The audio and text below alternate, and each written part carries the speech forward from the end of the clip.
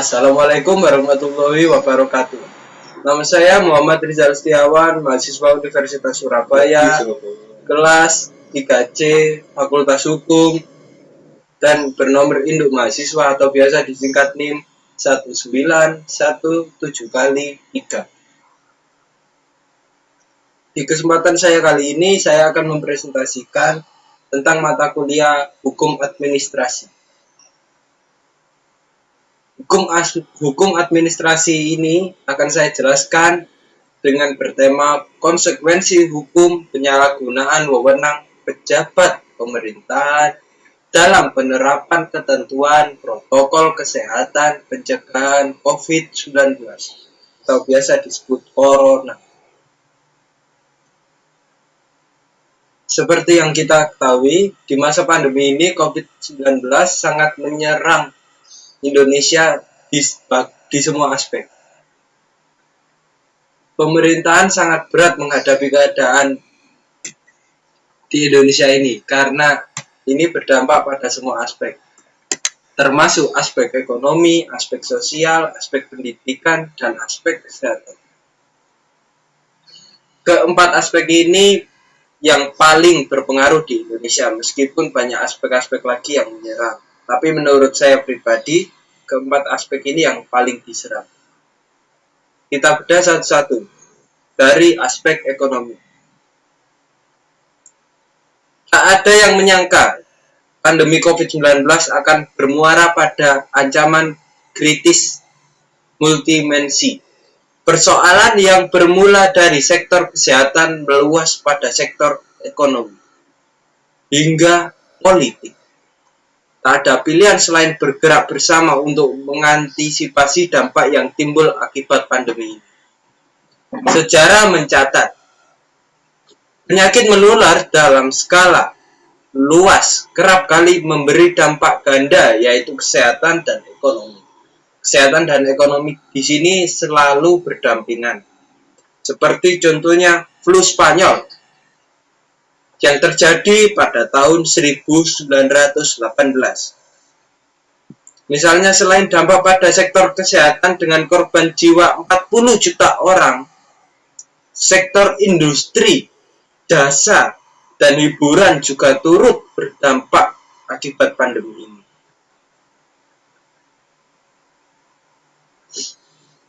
Corona juga mempengaruhi kondisi ekonomi yang sebelumnya juga baik menjadi agak tidak stabil dan mungkin bisa disebut sangat tidak stabil. Bagi Indonesia, upaya preventif telah dilakukan sejak awal tahun untuk mengantisipasi dampak yang ditimbulkan. Namun, upaya preventif yang dilakukan tidak serta-merta menjadi tameng bagi Indonesia. Sama seperti negara lain, Indonesia akhirnya berkutat pada persoalan kesehatan akibat COVID-19.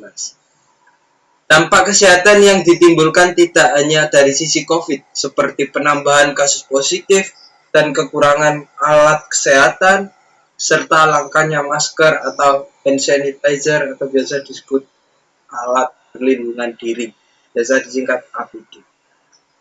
Dari sisi kesehatan lainnya, dampak yang lebih luas juga dirasakan oleh masyarakat.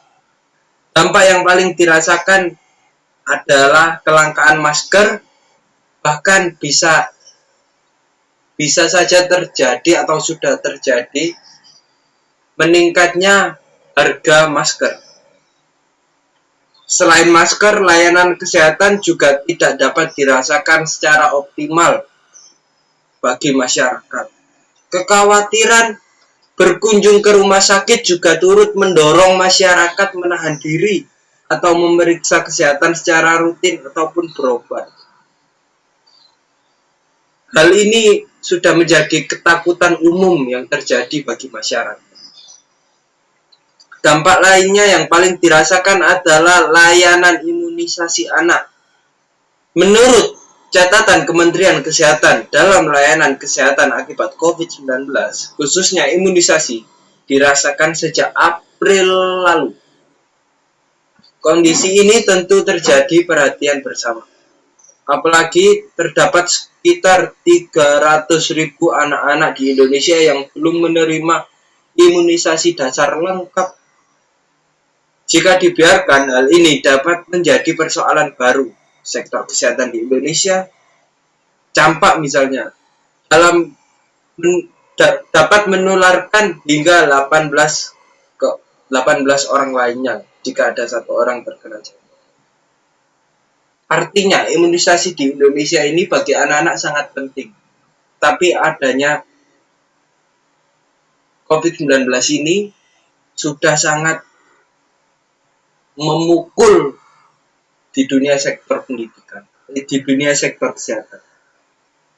Aspek ekonomi pun juga terasa. Contohnya, saya cuma ambil 2 contoh di sini. Banyak toko yang tutup akibat pandemi ini, dikarenakan toko yang sepi, akhirnya pemilik toko pun menghemat biaya dengan cara menutup toko.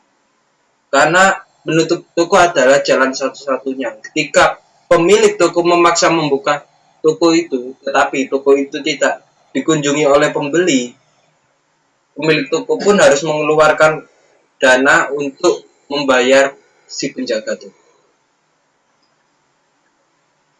Dan contoh kedua di aspek ekonomi ini, dari semua harga yang mulai naik karena kelangkaan barang, sekarang turun agar bisa mendapatkan uang.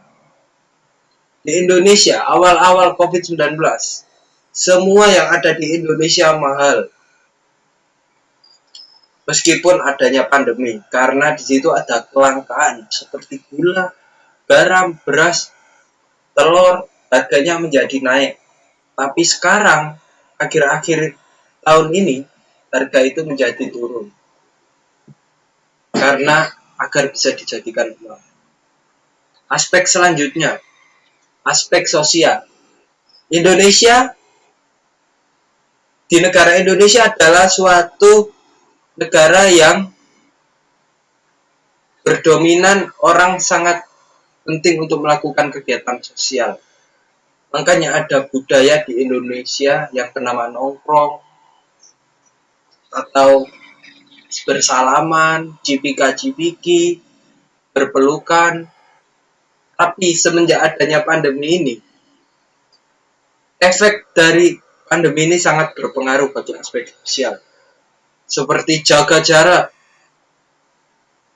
Jaga jarak di sini orang diperintahkan agar minimum batas dari satu orang ke orang lainnya 1,5 meter dengan memakai masker.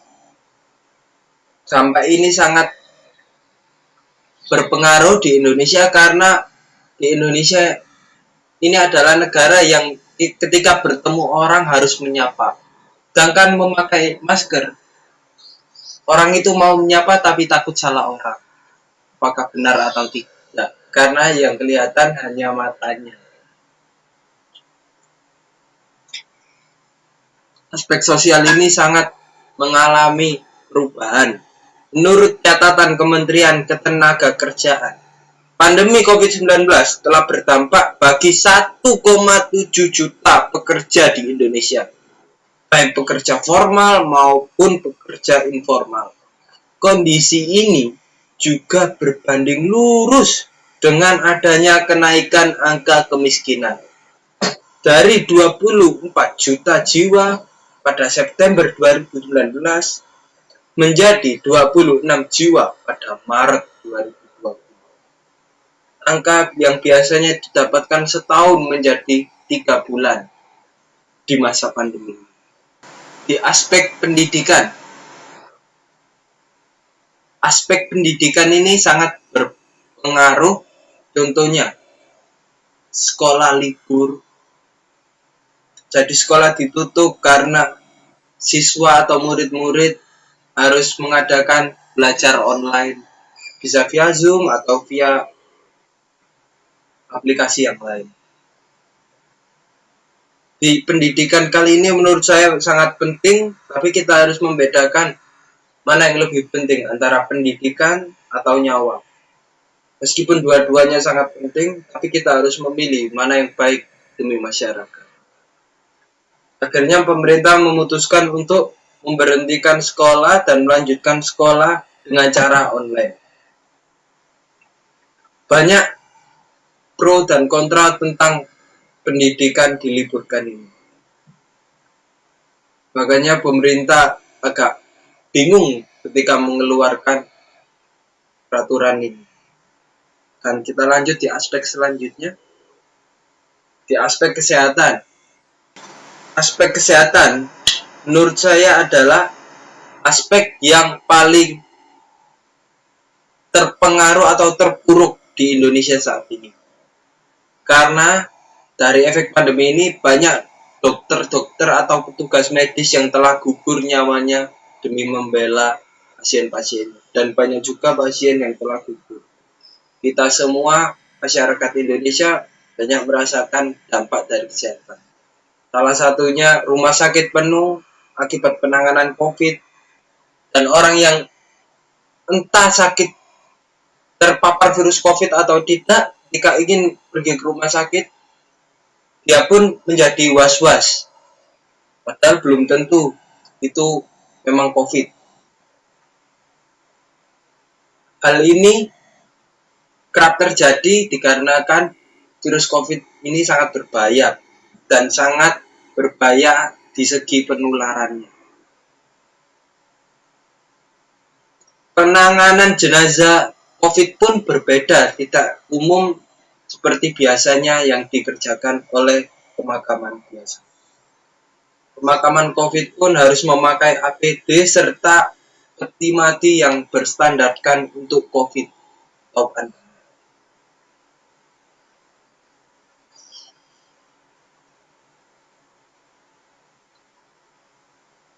Ini upaya sosialisasi protokol kesehatan tampaknya menjadi program yang mendesak untuk dilakukan pada penggunaan masker. Misalnya, pemahaman secara besar selalu diberikan agar tidak ada kesalahan dalam penggunaan, sebab terdapat kecenderungan masker digunakan di bawah dagu atau tanpa menutupi hidung dan mulut. Padahal COVID menyalurkan lewat saluran droplet, yaitu hidung dan mulut. Selain itu, sikap permisif dalam komunikasi antar warga negara tidak menggunakan masker juga perlu memperoleh perhatian. Adanya kecenderungan kebiasaan tindak penggunaan masker dianggap wajar jika komunikasi dilakukan bersama orang-orang dikenal. Pemahaman keliru ini tentu perlu diluruskan bagi setiap lapisan masyarakat. Dengan adanya pandemi ini, pemerintahan secara terpaksa harus mengeluarkan anggaran dana untuk penanganan COVID-19 agar negara tidak menjadi lebih buruk dan negara tetap bisa mengimbangi dari semua segi.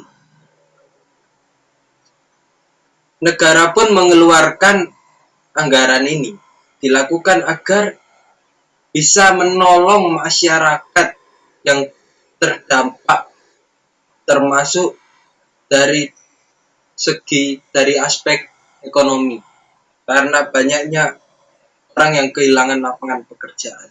Negara membantu, tetapi hal ini bisa menjadi kesempatan bagi oknum-oknum nakal untuk korupsi. Dana COVID ini sangat besar, tapi di era COVID ini semua butuh uang, termasuk orang-orang pemerintahan juga butuh uang. Saya tidak mengatakan semua pemerintahan, hanya ada oknum-oknum nakal yang ingin menyalahgunakan dana COVID untuk kepentingan pribadi. Tindakan penyalahgunaan wewenang sudah diatur pada pasal 17 dan pasal 18 untuk Undang-Undang 30 tahun 2014 tentang administrasi pemerintahan. Tujuan dari Undang-Undang 30 tahun 2014 salah satunya adalah memperhapus larangan penyalahgunaan wewenang yang sudah diatur. Pasal 17 yang berisikan 1. Badan atau usaha pejabat pemerintahan dilarang menyalahgunakan wewenang. 2. Larangan penyalahgunaan wewenang sebagaimana dimaksud pada ayat 1 meliputi larangan melampaui wewenang, larangan mempercampur aduk wewenang, atau larangan bertindak sewenang-wenang. Artinya, badan atau pejabat pemerintah dilarang untuk melampaui wewenang yang sudah di luar wewenang badan pemerintahan biar menjadi wewenang dari ahlinya masing-masing. Larangan mempercampur aduk, contohnya ada pejabat yang sakit tapi para dokter disuruh paksa untuk ke rumah mereka untuk melayani mereka, untuk mengobati mereka. Itu dilarang. Di pasal 18, badan atau pejabat pemerintahan dikategorikan melampaui wewenang sebagaimana dimaksud pasal 17 ayat 2 huruf A. Apabila keputusan atau tindakan yang dilakukan melampaui masa jabatan atau batas waktu berlakunya wewenang, melampaui batas wilayah berlakunya wewenang, dan atau bertentangan dengan ketentuan peraturan undang-undang.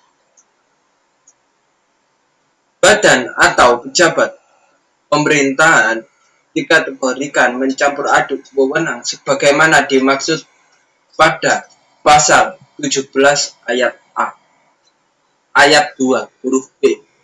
Apabila keputusan dan tindakan dilakukan di luar cakupan bidang atau materi wewenang akan diberikan atau bertentangan dengan tujuan wewenang yang diberikan. 3.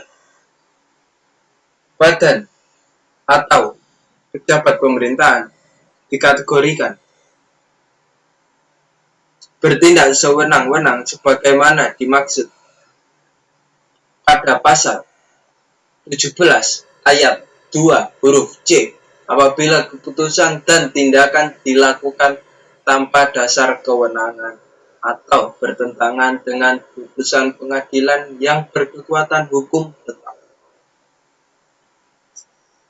Mungkin hanya itu yang bisa saya sampaikan. Saya berharap presentasi saya yang saya berikan dapat bermanfaat bagi para audiens. Jika saya ada kekurangan atau kesalahan, saya minta maaf karena kesempurnaan hanya milik Tuhan. Oke, sudah. Terima kasih. Saya tutup. Wassalamualaikum warahmatullahi wabarakatuh.